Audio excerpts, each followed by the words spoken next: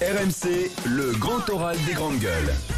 Monsieur le ministre de l'écologie, du développement durable et de l'énergie est avec nous, monsieur François de Rugy. Bonjour. Bonjour. Vous avez la bonne vignette pour venir en voiture? Vous avez la bonne voiture? On a une voiture électrique. Parfait. Très bien. Mais zéro. La circulation différenciée, ça semble ne pas fonctionner. Il y a des bouchons assez importants aujourd'hui en Ile-de-France. Est-ce qu'on est sûr que c'est la bonne mesure? En tout cas, si on ne fait rien, on était sûr d'une chose, c'est qu'aujourd'hui, on allait crever les plafonds en matière de pollution à l'ozone. L'ozone, c'est un polluant qui se crée sous l'effet de la chaleur. Ce n'est pas directement les moteurs ou d'autres sources de pollution qui émettent de l'ozone, c'est les dioxydes d'azote. Je ne vais pas rentrer dans un cours de physique-chimie, mais c'est une réalité qui se transforme en ozone sous l'effet de la chaleur. Ça, c'est un mécanisme que l'on connaît parfaitement, donc on est sûr que ça se produit. On avait d'ailleurs des prévisions qui avaient été faites pour lundi par les organismes de mesure de la qualité de l'air. En région parisienne, c'est Airparif, mais il y en a dans toutes les régions de France. Et les prévisions, on a pu constater qu'elles se vérifiaient à quelques microgrammes près dans les mesures réelles qui ont été faites lundi après-midi. Moi, je suis allé dans les locaux d'Airparif hier matin, et c'est à la suite de ces constats, des prévisions faites pour aujourd'hui, pour demain et les jours suivants, que nous avons décidé de déclencher la circulation différenciée qui permet de réduire la pollution à la source, puisque nous avons un tiers des véhicules qui produisent 2 tiers de la pollution. Sauf que ces véhicules, en général, leurs propriétaires ne sont pas les plus riches. 70% des véhicules qui ne peuvent pas circuler en région parisienne sont en Seine-Saint-Denis, le département le plus pauvre d'Île-de-France. La mesure écolo devient une mesure anti-pauvre? La réalité, c'est que c'est une mesure d'urgence. Oui, pour faire face à une une situation de crise. Je pense que la responsabilité de tout gouvernement, au niveau national, mais ce serait pareil à l'échelle locale. D'ailleurs, les élus locaux étaient demandeurs que nous prenions cette mesure et qu'ils soient à Paris ou en banlieue. Pas le président du département de Seine-et-Marne. Lui, il n'était pas. Lui, il dit ça pénalise. D'ailleurs, lui, il n'est pas directement concerné puisqu'il n'est qu'indirectement concerné. Ils vont à Paris. Oui, mais en revanche, je peux vous dire que des élus de Seine-Saint-Denis, par exemple, je vois le maire de Sevran et autres, ont salué cette mesure parce que ils savent que leur population est touchée par la pollution de l'air. Vous savez d'ailleurs que hier, le taux maximal, enfin lundi, constaté était à Rambouillet, c'est-à-dire aux franges de l'agglomération parisienne. Plutôt d'ailleurs dans ce qu'on appelle, on n'est même plus dans la grande banlieue, on est vraiment dans les communes périurbaines. Donc c'est une bonne mesure. Pour faire face à l'urgence, notre responsabilité, c'est de prendre des mesures d'urgence. Mais par ailleurs, nous prenons des mesures de fond. Et nous n'avons pas attendu qu'il y ait cette canicule pour prendre ces mesures.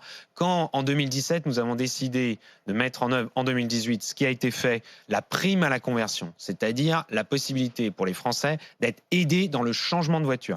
C'est justement ces Français, avec ces voitures, que l'on a aidé. 300 000 dès l'année 2018 ont changé de voiture grâce à cette aide qui peut aller, je vous le rappelle, de 1 000 à 4 000 euros selon la situation de revenus des ménages. Et ce sont les plus vieilles voitures qui sont mises à la casse. Ce n'est pas simplement acheter des voitures plus récentes qui polluent moins, c'est mettre à la casse les plus vieilles voitures qui sont aussi les plus polluantes. Je rappelle quand même, pour que celles et ceux qui nous écoutent soient bien conscients, pour les diesels, c'est des véhicules de plus de 10 ans, plus de 9 ans, 2010. Et pour les essence, plus de 15 ans. Donc on parle en effet des voitures les plus anciennes. Fatima? Nous parlions tout à l'heure parce que vous parlez d'urgence. C'est vrai que très souvent, on a l'impression que vous allez d'urgence en urgence avec toujours des mesures d'urgence en attendant la prochaine mesure d'urgence. Et on a du mal à voir les mesures en profondeur. En ce qui concerne ça change, je me permets juste de vous interrompre sur le constat, parce que la plupart du temps, on ne parle des problèmes que quand la crise survient. Oui, ça, c'est vrai. Moi, quand je fais une communication sur les politiques de fond que l'on mène hors crise, personne n'en parle, ou presque. Alors là, on en parle parce qu'il y a de fait une situation de crise liée à la canicule. C'est le moment d'en parler, notamment 2 choses pour les écoles. La question de la végétalisation et la question des bâtiments passoires, passoires énergétiques. Qu'est-ce qui est concrètement notamment prévu? Les bâtiments publics. Bâtiments publics, et ça pose problème aussi bien en hiver qu'en été. Qu'est-ce qui est concrètement prévu?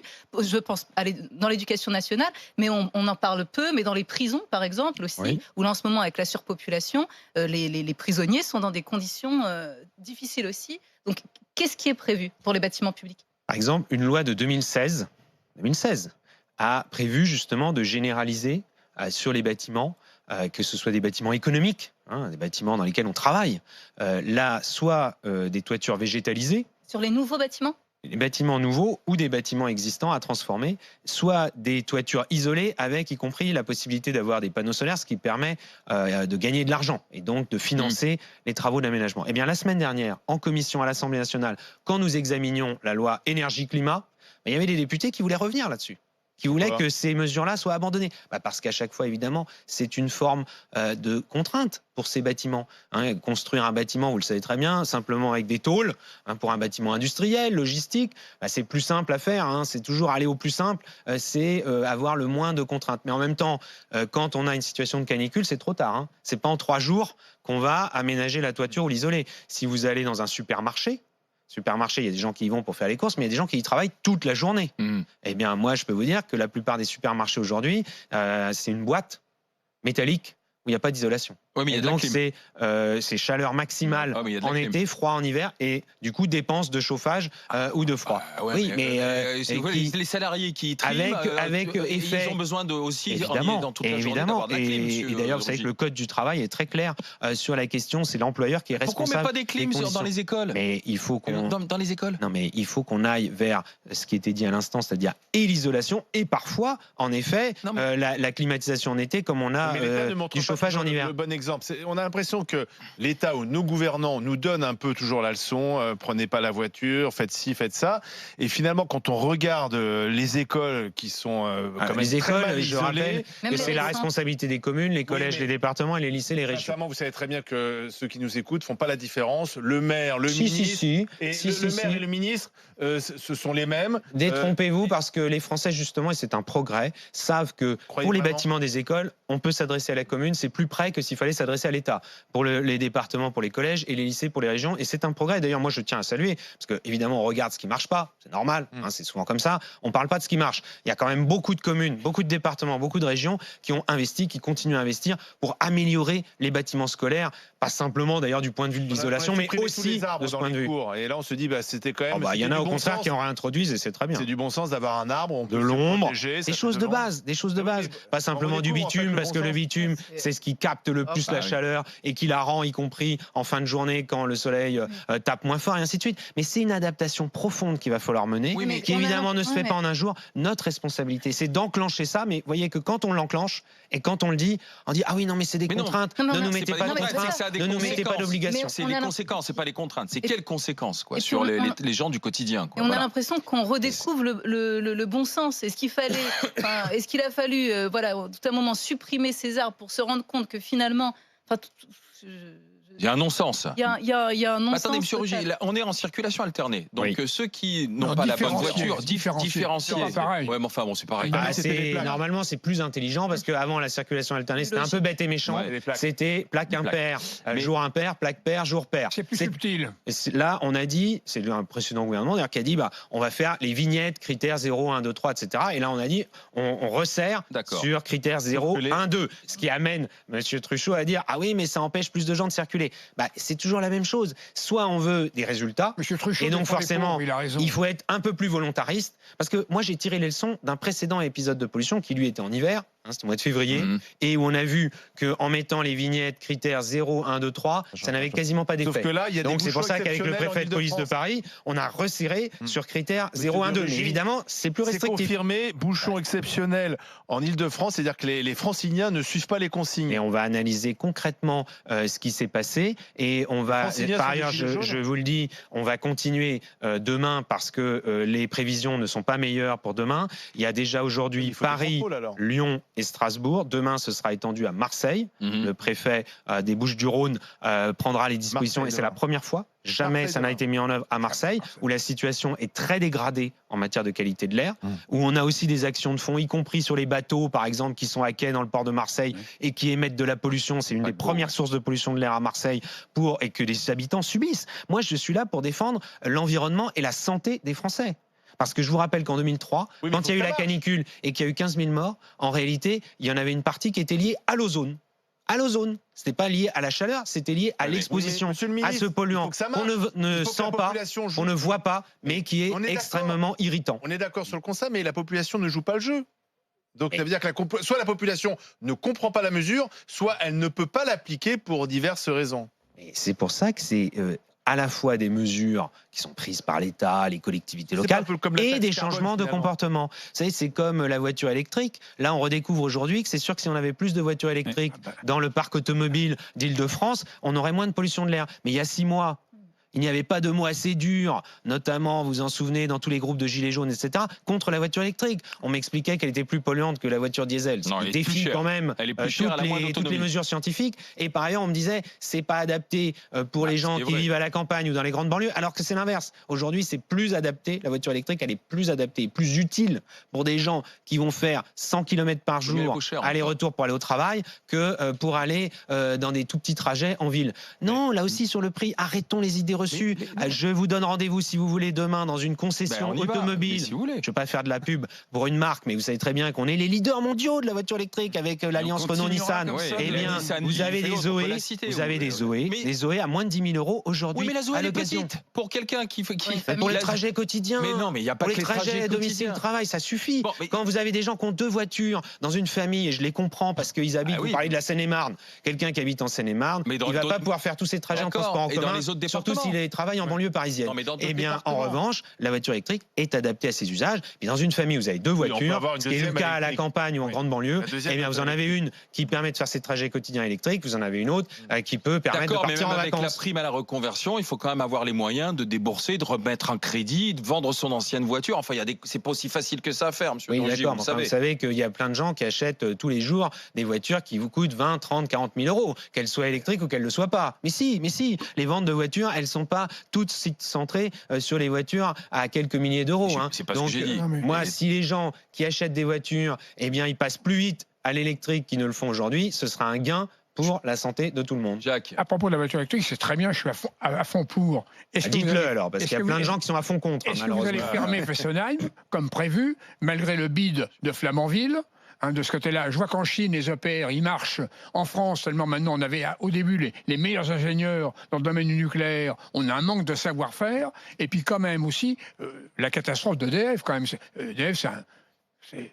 J'aimerais avoir votre position. Qu'est-ce que vous appelez la catastrophe d'EDF ? Industrielle, quand même. Enfin, sur le PR, vous voulez dire ? Sur le PR, quand même. À chaque fois, on nous donne des délais supplémentaires. Là, il y a des fissures. Non, mais c'est vrai qu'il y a le paradoxe. Il y a une vraie question là-dessus. J'en profite qu'il y ait de Rugy. Il y a beaucoup de questions, mais le paradoxe sur, vous dites, il faut rouler à l'électrique, mais en même temps, on doit fermer des centrales. Alors, comment on fait ? Vous vous donnez votre réponse dans 2 minutes. Ça vous donne matière, justement, à bien la réfléchir, monsieur François de Rugy. À tout de suite.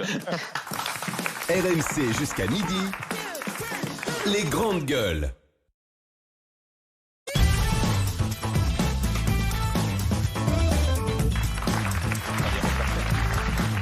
Les GG, les grandes gueules, RMC Story. Nous sommes aujourd'hui avec Fatima Idbounoua, avec Sylvain Gransera, avec Jacques Maillot, et c'est le ministre de l'écologie, du développement durable et de l'énergie, François de Rugy, qui est avec nous pour mesurer les conséquences de la canicule. Et il y avait une question de Jacques, donc sur Fessenheim, est-ce que vous fermez, et EDF, le désastre industriel ? Monsieur Rugy, allez-y, répondez à Maillot. Vaste sujet. On a combien de temps ? Mais non, on a synthèse. Actuellement, on débat à l'Assemblée nationale d'une loi énergie-climat, et à côté de cette loi, on a notre stratégie qu'on appelle la programmation pluriannuelle de l'énergie, et qui permet, sur les 10 ans qui viennent, de dire voilà ce qu'on va faire, parce que ce n'est pas des choses qu'on fait au jour le jour, les équipements comme une centrale nucléaire ou les éoliennes, etc.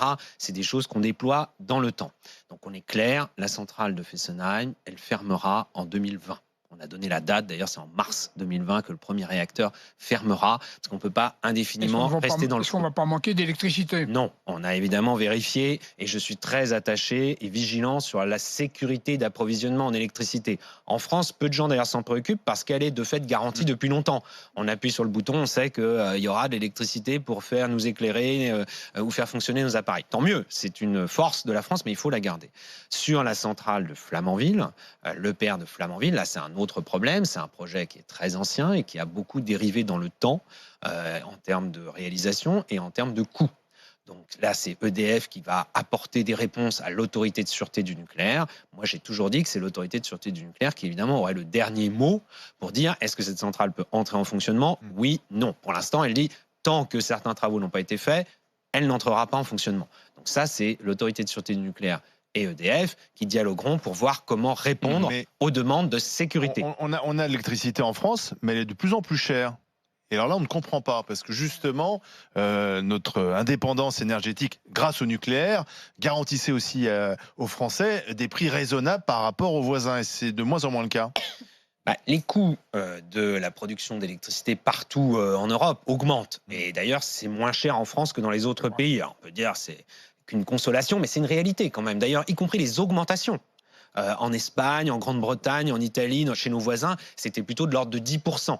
Donc on est heureusement en France avec des prix qui restent modérés. Moi j'ai même mis en œuvre quelque chose qui là aussi va être débattu au Parlement cette semaine, qui devrait permettre de modérer dans le futur. Moi, je ne fais pas des promesses démagogiques en disant les prix vont baisser, mais modérer. De 6%, elle a fait mal, l'augmentation. Oui, évidemment. Et par ailleurs, elle était de fait issue d'un mode de calcul qui lui aussi date de 2010, 2015 et qui est un peu dérivé. Mais vous savez que, comme toujours, quand on propose ça, il y a des intérêts que ça dérange.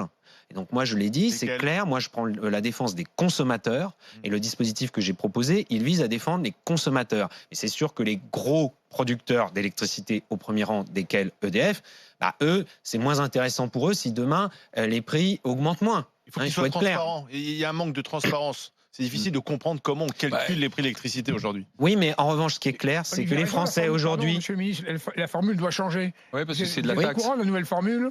Mais nous, c'est moi qui la propose. Donc, je suis bien au courant. C'est le cas de le dire. Oui, mais c'est de la taxe. De la formule. C'est de la taxe. La nouvelle formule.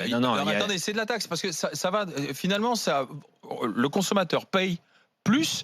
Et donc, il y a plus de taxes et de la taxe sur la taxe. Non. La dernière augmentation des tarifs n'avait rien à voir avec des taxes. Rien à voir avec des taxes. C'était lié à l'augmentation des coûts de l'énergie, de l'électricité en Europe. Et par ailleurs, le fait qu'il y a un mode de calcul où, en effet, les centrales nucléaires historiques, c'est-à-dire celles qui existent depuis longtemps, on ne parle pas d'une comme Flamanville, qui va coûter plus cher, leur coût de production il est prévisible, puisque c'est lié aux investissements passés. Que nous avons un mode de calcul qui doit permettre aux Français de bénéficier de ces investissements passés avec un prix qui est relativement stable. Parce que la bombe à retardement du nucléaire, elle est pas tout de suite, c'est à la fin. Moi, j'habite près de Paluel, Panly, des constructions qui ont démarré il y a 42 ans, le démarrage de Paluel, je parle de la construction. Centrale nucléaire. Centrale nucléaire, Panly, c'est il y a 37 ans. Enfin, qu'est-ce qu'on va faire de tout ça? C'est quoi le scénario final de démantèlement, de décontamination? Parce la question était posée il y a 40 ans, il y a 30 ans, il y a 20 ans.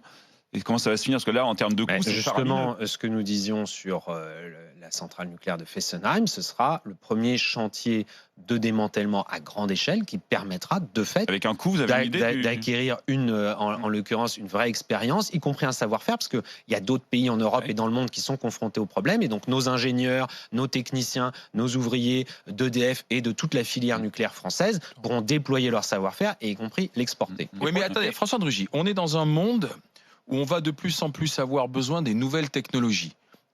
Oui, et nous les déployons dans les énergies renouvelables, ou dans la voiture électrique, ou ce genre de choses. Ce sont les portables, ce sont les ordinateurs, ce sont les téléconnectés. On va avoir, vous parliez vous-même des voitures électriques, on va avoir de plus en plus besoin de tirer de l'électricité. Cette énergie, elle va venir d'où?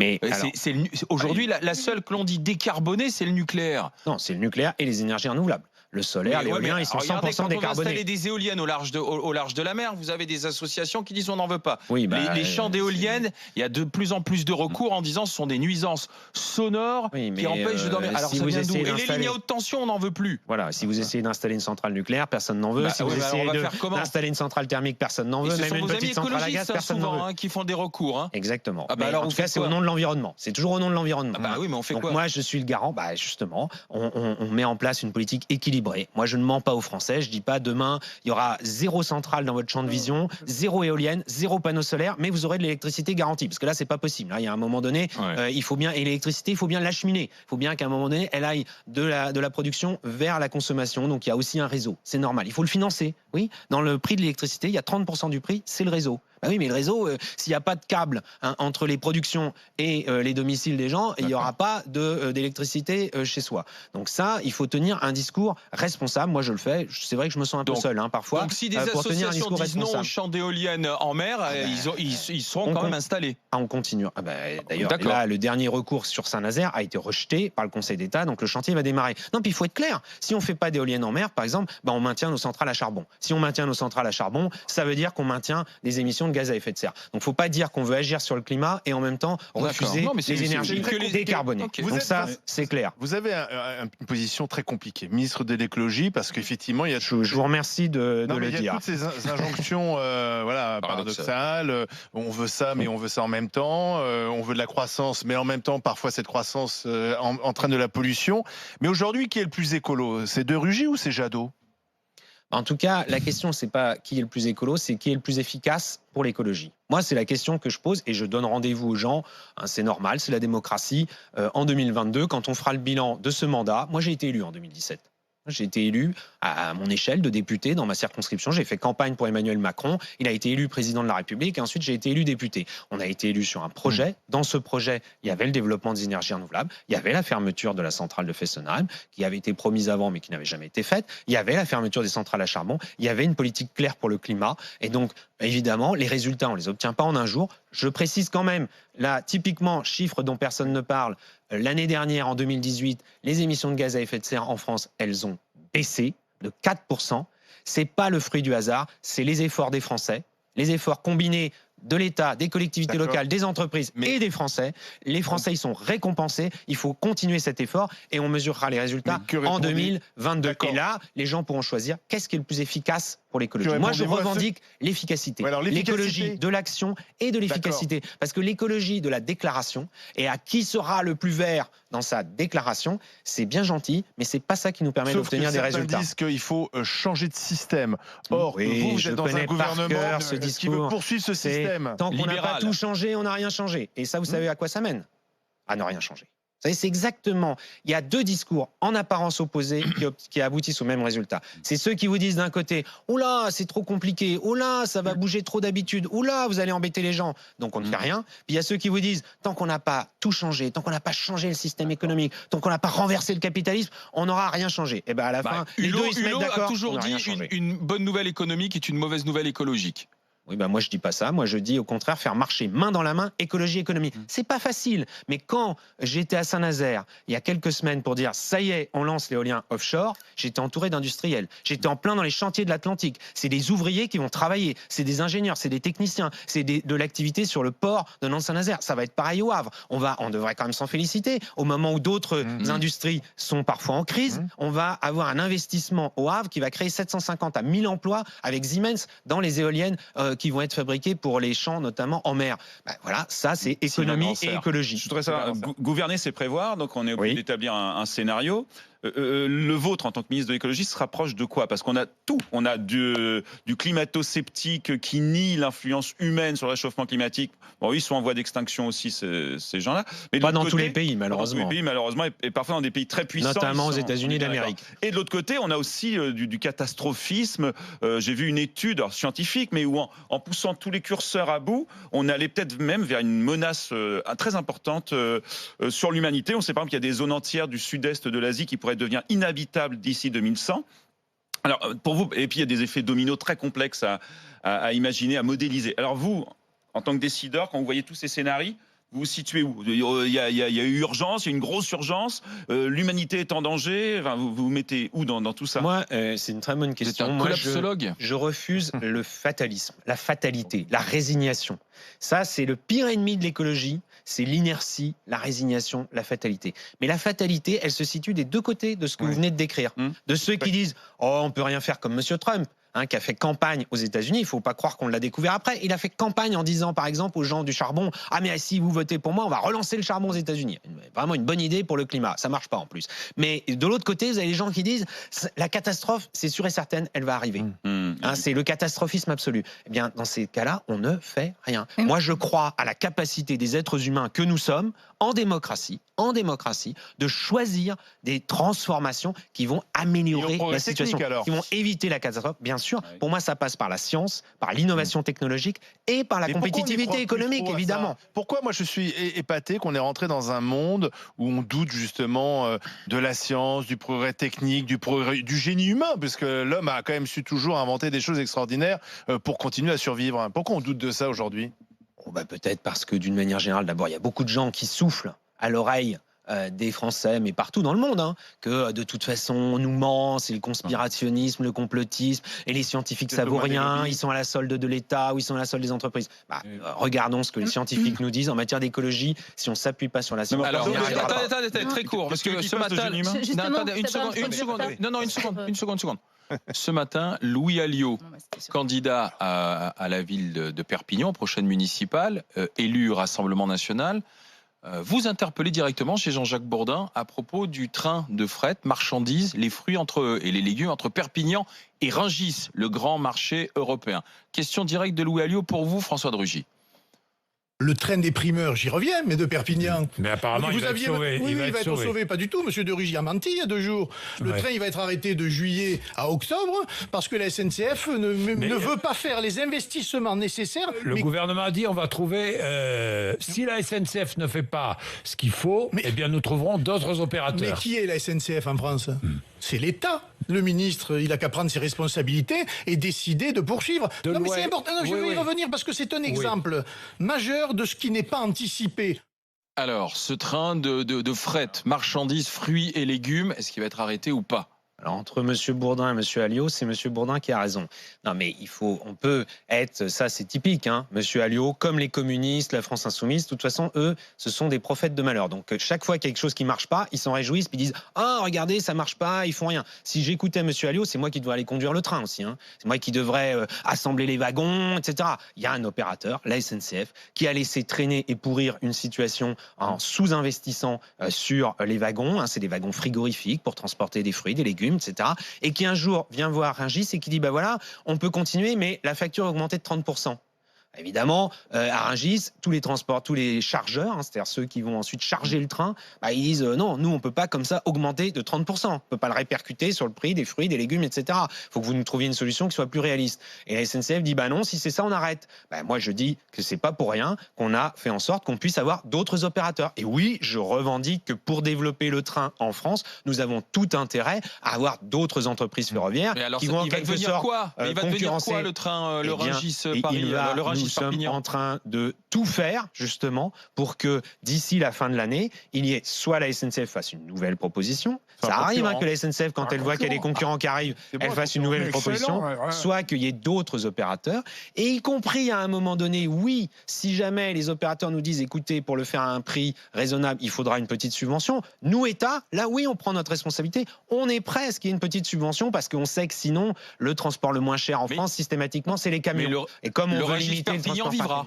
C'est tout ce que votre souhait, mais c'est pas une certitude. C'est pas simplement un souhait, c'est notre détermination à agir pour que le train Perpignan-Rungis, comme d'autres trains de marchandises, continue à circuler en France plutôt que de les voir basculer systématiquement sur les camions. Non, juste sur ça, vous vous engagez à ce qu'ils vivent, vous vous engagez à mettre tous les moyens en œuvre parce que c'est différent. Parce que sinon, vous pouvez dire on a essayé, mais malheureusement. Ah non, on va lancer une procédure pour que les différents opérateurs, la SNCF, ou d'autres, parce qu'il y en a d'autres qui savent faire transporter des marchandises sur des trains, nous disent voilà, on est prêt à le faire, à quelles conditions, à quel prix, et est-ce qu'il y a besoin d'une subvention pour ça? Oui, non, et si oui, à quel montant? Et à ce moment-là, l'État fera ce qu'il faudra. Avec Rungis, parce que tout ça, c'est avec des professionnels. C'est pas contrairement à ce que dit Monsieur Alliot, le monde économique vu par Monsieur Alliot, c'est l'État qui décide. Bon, c'est ridicule, tout le monde sait très bien que ça se passe pas comme ça dans la vie économique. Hein, où Jacques Maillot, qui a fait fonctionner à une époque des trains sous le tunnel sous la Manche, il sait bien que c'est pas comme ça que ça se passe. C'est pas le ministre qui dit tiens on va faire circuler des trains. Il faut qu'il y ait des gens dedans, il faut qu'il y ait des gens qui payent un billet, et il faut qu'il y ait un équilibre économique à la fin. Il nous reste 10 secondes, puisque aujourd'hui avec la circulation différenciée, bon nombre de franciliens ou autres à Lyon, à Strasbourg, à Marseille demain, vont prendre les transports en commun, les métros, les trams, vous êtes pour leur climatisation ? Ça a déjà commencé, il y a beaucoup de bus, de tramways, de métros qui le sont, et c'est là, que ce soit en Ile-de-France ou moi j'ai été responsable des transports à Nantes pendant 7 ans, déjà entre 2001 et 2008, déjà on développait ça. Évidemment, il faut à la fois faire en sorte qu'on limite tout ce qui fait de l'énergie en plus et donc les gaz à effet de serre en plus, et en même temps il faut s'adapter malheureusement aux effets déjà palpables du dérèglement climatique. Donc la clim n'est pas l'ennemi. Ben, évidemment qu'il faut prendre des mesures de protection de ceux qui prennent les transports en commun. Et quand il y a des phases de canicule, on sait très bien qu'à ce moment-là, il y a de la surchauffe. Merci, monsieur le ministre. François de Rugy, ministre de l'écologie, d'être passé par le grand oral des GG. Merci beaucoup. On enchaîne avec le GG, vous, s'il vous plaît.